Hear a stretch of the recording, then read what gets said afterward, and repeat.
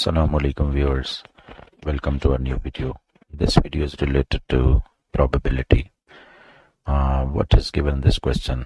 The table shows the number of people in a town who are left-handed and number who are right-handed. So this table shows left-handed 8400, right-handed 48,600. Total they are 57,000. Number of people in that town 57,000. Now the question related to this here is write down the probability that a person chosen at random is left-handed. We write it as probability that person chosen is left-handed is, how many left-handed are there?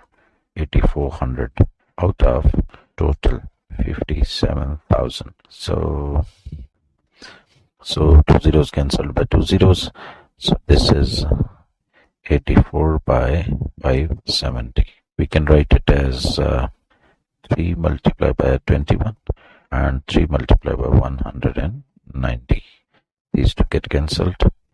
Now are they divisible by 3? No, they are not divisible by 3. So 21 by 190 is answer. So thank you for watching. Subscribe to this channel. Hit the like button.